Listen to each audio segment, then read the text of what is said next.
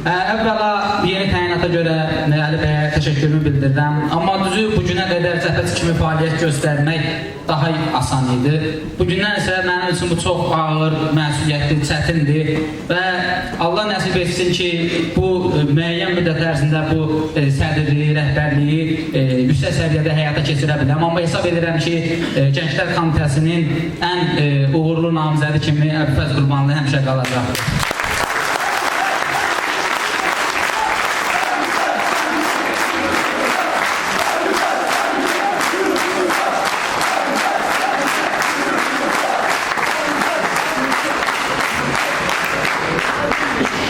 Dostlar, bəziləriniz 10 il, bəziləriniz 5 il, bəziləriniz 1 il, bəziləriniz 6 ay, bəziləriniz daha az müddətdir ki, bizimlə çiyin-çiynəsiniz. Bizim bu Gənclər Komitəsi ailəsinə qoşulmuşsunuz.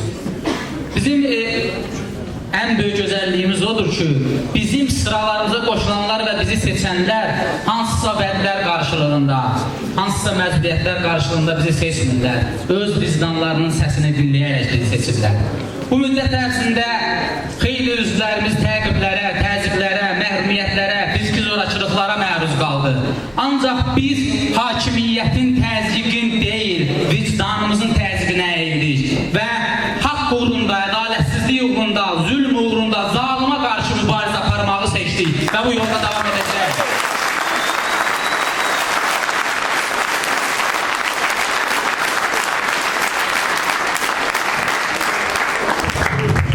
Dostlar, bu müddət ərzində bizə qarşı ittihamlar da oldu, tənqidlər də oldu. Düzdür, səmimi, cəsarətli insanların tənqidini hər zaman qəbul edib ondan nəticə çıxartmaq borcumuzdur. Amma bizim bir xoşbəxtliyimiz də ondan ibarətdir ki, bizə qarşı qorxaq, qeyri-səmimi olan insanların ittihamları səsləndiyi andan ifşa olur. Bəziləri bizi ənənəvi müxalifət adlandırır. Çox gözəl. Biz bu ölkədə dünya malına əyilməməyin, zalımın üzərinə getməyin, yaltaq olmamağın ənənəsini yaratdıq. Ancaq öz ənənəsini yarada bilməyənlər bizə ənənəvi müxalifət verir.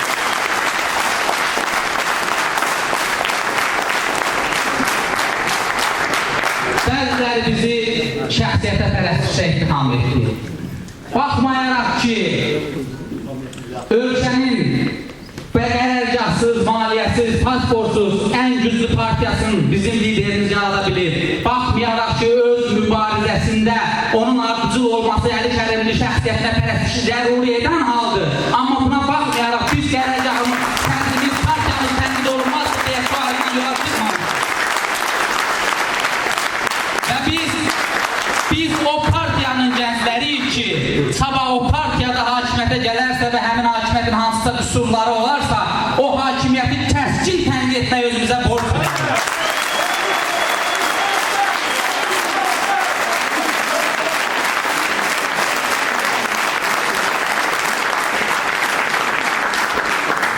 Bəziləri bizi karyera, var, dövlət, pul qazanmaq üçün, bilmirəm, bununla itham edirlər. Amma var, dövlət qazanmaq üçün bəlkə də AXDP ən uğursuz yerdir. Biz onda yap seçməliyik.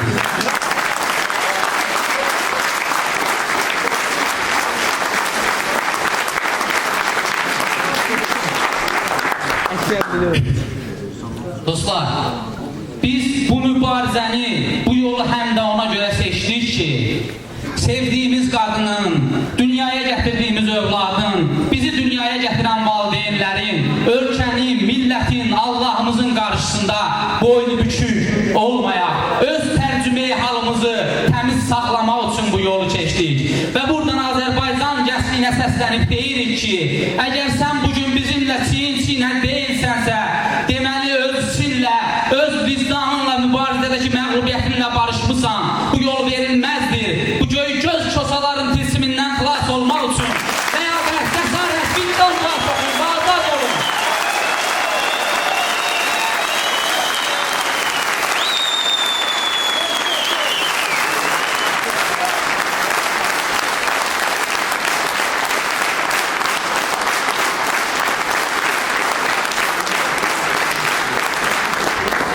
Dostlar, biz hər gün təhqir olunuruq.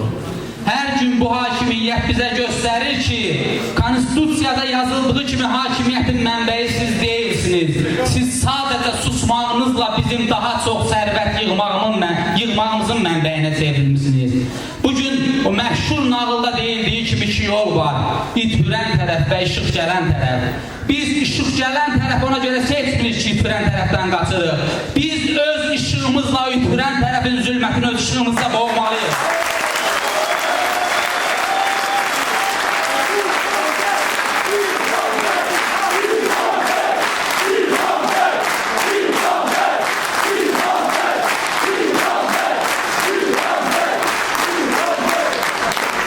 Dostlar, biz razı olmamalıyıq, barışmamalıyıq ki, bəzi yarımçıq insanlar bütöv bir xalqı köləyə, yaltağa çevirsin.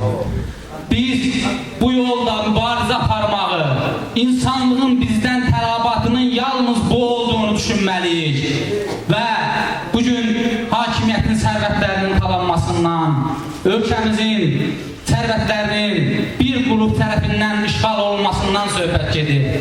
Düzü, mənim ürəyim doludur, çox danışmaq istəyirəm, amma mən də digər dostlarımızın danışmaq haqqını uğurlamaq istəmirəm. Və deyirəm ki, yaşasın Azərbaycanın ləyaqətli insanları, yaşasın Azərbaycan